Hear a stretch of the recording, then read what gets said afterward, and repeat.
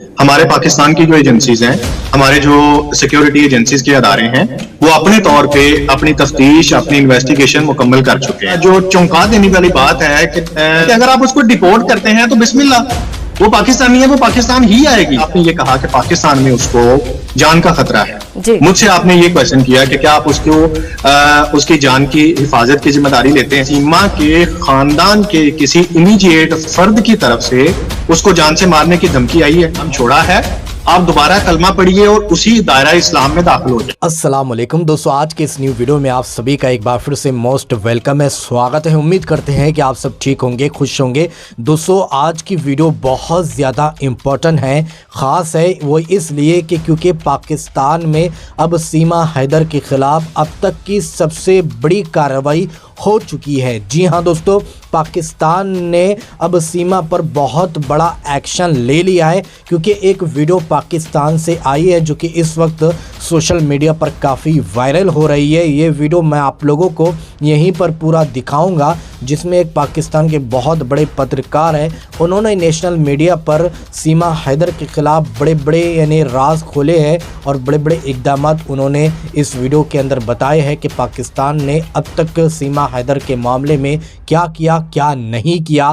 साथ साथ दोस्तों आप देख ही रहे होंगे कि हमारे भारत देश के अंदर भी जो गुलाम हैदर ने अपने बच्चों के कानूनी लड़ाई लड़ने के लिए जो वकील किया है, एडवोकेट मेमून मलिक साहब को, जो भाईजान के नाम से भी जाने जाते हैं, तो दोस्तों वो भी रात दिन मेहनत कर रहे हैं और इस सीमा भगोड़ी के ख़िलाफ़ वो भी यानी डटकर मुकाबला कर रहे हैं। साथ साथ उन्होंने ये भी चैलेंज दे दिया है सीमा भगोड़ी को चुनौती भी दी है कि सीमा हैदर तू कुछ भी कर ले, किस भी तरह से यानी कुछ भी पैतरे अपना ले, लेकिन मैं तुझे नहीं छोड़ूंगा। तुझे जब तक पाकिस्तान नहीं पहुंचा देता तब से मैं चैन से नहीं बैठूंगा और गुलाम हैदर के 4 बच्चे तुझे किसी भी कीमत पर देना पड़ेगा। तो दोस्तों इस भगोड़ी के हमारे भारत देश के अंदर अब बुरे दिन शुरू हो चुके हैं और इन सब को पता चल चुका है कि अब हमारा भांडा फूट चुका है। पाकिस्तान ने भी हमारे पर कार्रवाई स्टार्ट कर दी है। तो आइए सबसे पहले आप ये वीडियो क्लिप देख के फिर आगे हम बात करते हैं। मैं ये बता देता हूं कि शायद मेरे से पहले किसी ने डिस्क्लोज ना किया हो,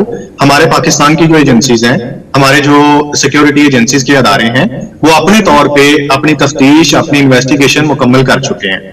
वो उन्होंने मुकम्मल करके एक जामिया तौर पे रिपोर्ट बना के उन्होंने हुकूमत को दे दी हुई है, यानी कि फॉरेन मिनिस्ट्री में और प्राइम मिनिस्टर को इस वाक़े का इल्म भी है और वो इसकी मुकम्मल रिपोर्ट उनकी टेबल पर मौजूद है कि ये औरत कहाँ की रेजिडेंस थी इसकी, ये इसके बच्चे क्या थे। जो चौंका देने वाली बात है कि when she was in Pakistan and जब वो भारत गई तो she was a Muslim lady, मतलब वो मुसलमान थी।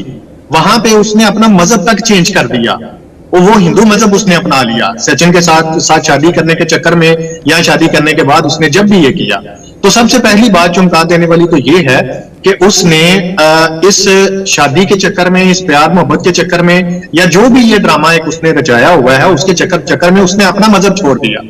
सीमा की मैं अगर अपनी जात की बात करूं, हमें उसकी कोई फिक्र नहीं है, वो आप उसके साथ जो मर्जी करें। हमें इस वक्त जो प्रॉब्लम है, जो फिक्र है, वो उन 4 बच्चों की है जिनको ये नहीं पता कि उनके साथ क्या हो चुका है, जिनको ये नहीं पता कि उनकी मां जो है वो अपने आशिकी माशूकी के चक्कर में उनके मुस्तकबिल के साथ। सीमा ने 3 कानून तोड़े हैं पाकिस्तान के अंदर, पाकिस्तान से बाहर निकलते वक्त। सबसे पहला है कि उसने गैर कानूनी तौर पर वो हिंदुस्तान में दाखिल हो गई। दूसरा कानून उसने ये तोड़ा कि वो उस शरई कानून, जिसको हम शरा कहते हैं ना, मैंने जैसे पहले बात की कि वो दायरा इस्लाम से खारिज हो गई, उसने अपने आप को इस्लाम से बाहर निकाल दिया। तो इस तीसरी बात उसने ये कर दी कि वो अपने बच्चों को साथ लेके, तो उसने अपने बच्चों का भी मजहब जो है वो चेंज करवा दिया। जबकि कोई भी अब ये मैं आपको टेक्निकली एक चीज बताता हूं कि कोई भी शख्स, जैसे आपने कहा ना कि धर्म को चेंज करने के लिए हर एक को आजादी होनी चाहिए, इसी तरह पाकिस्तान में भी अगर कोई भी एक धर्म से दूसरे धर्म में दाखिल होता है उसके लिए बालिग होना जरूरी है, और हमारे कानून के मुताबिक बालिग होने की जो उम्र है वो 18 साल है। तो डिपोर्ट करने के लिए आपको जिस कंट्री का कोई बंदा होता है ना, लाइक जैसे हिंदुस्तानी है, वो कनाडा में या यूके में पकड़ा जाता है, तो इसको डिपोर्ट करने के लिए आपकी हिंदुस्तानी गवर्नमेंट को उनके साथ कोई डीलिंग या कोई रिक्वेस्ट करने की जरूरत नहीं होती है। वो जिस कंट्री में बंदा पकड़ा जाता है उस कंट्री के कानून के ऊपर ये मुनहसर होता है कि वो उसके साथ क्या सलूक करता है। हम आपको ये कह रहे हैं कि सीमा आपके पास है जी, आप उससे इन्वेस्टिगेशन कर रहे हैं, करें, हमें कोई एतराज नहीं है। जी। आप अपनी इन्वेस्टिगेशन मुकम्मल करने के बाद उसको जेल में डालते हैं, डाल दें, हमें कोई एतराज नहीं, क्योंकि उसने गैर कानूनी काम किया है, उसको जी। नहीं करना चाहिए जी। था। अब तीसरी बात यह है कि अगर आप उसको डिपोर्ट करते हैं तो बिस्मिल्लाह, वो पाकिस्तानी है, वो पाकिस्तान ही आएगी। पहला जवाब तो ये है कि जिन मैडम का आपने जिक्र किया मेरे सामने, आरजू काजमी, वो तो मैं अगर मेरी राय पूछते हैं तो मैं तो उनको पाकिस्तानी समझता ही नहीं।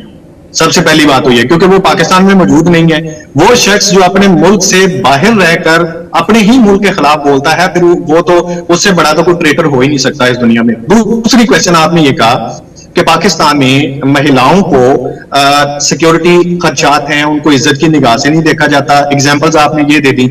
मेरा एक क्वेश्चन आपसे है, आप मुझे सिर्फ ये बताइए कि क्या पाकिस्तान में ऐसा होता है कि किसी खातून को नंगा करके उसकी वीडियोस बनाई जाए? हम औरत की इज्जत और औरत की किरदार की बात करते हैं ना, जी। तो फिर हम ये नहीं कह सकते कि हम फलां औरत की बात कर रहे हैं, आप सिर्फ उस पे रहे हैं। कि जैसे आपने ये कहा कि पाकिस्तान में उसको जान का खतरा है, जी। मुझसे आपने ये क्वेश्चन किया कि क्या आप उसको उसकी जान की हिफाजत की जिम्मेदारी लेते हैं। मुझे ये बताइए कि क्या सीमा के खानदान के किसी इमीडिएट फर्द की तरफ से उसको जान से मारने की धमकी आई है? आप ये बताइए। ना उसके शोहर की तरफ से, ना उसकी फैमिली की तरफ से, ना उसकी बहनों की तरफ से, ना उसके भाई की तरफ से ऐसी कोई स्टेटमेंट मीडिया पे या आगे पीछे नहीं है कि सीमा अगर हमारे पास वापस आई तो हम उसको जान से मारते हैं।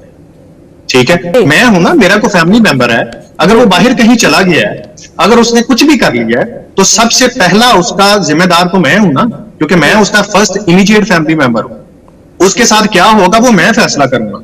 तो क्या सीमा की इमीडिएट फैमिली मेंबर्स की तरफ से उसको कोई थ्रेट्स हैं? जवाब है नहीं। उसका खामद आज भी ये वीडियो मैसेजेस पे ये अपीलें करता आपकी गवर्नमेंट से।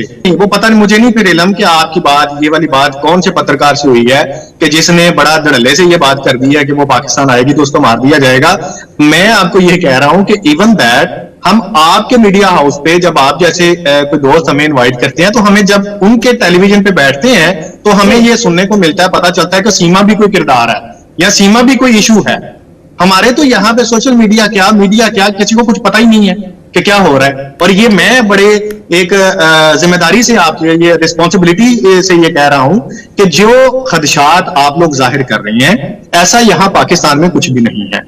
हाँ देखिए, जो एक बात हो सकती है वो मैं आपसे शेयर कर देता हूं। ये हो सकता है कि अगर आप उसको वापस भेजते हैं तो ये प्रेशर उस पर उसके खावंद की तरफ से या उसकी फैमिली की तरफ से ये जरूर डाला जा सकता है कि भाई मैडम, जो आपने मजहब इस्लाम छोड़ा है, आप दोबारा कलमा पढ़िए और उसी दायरा इस्लाम में दाखिल हो जाइए। ये उसको जरूर कहा जा सकता है।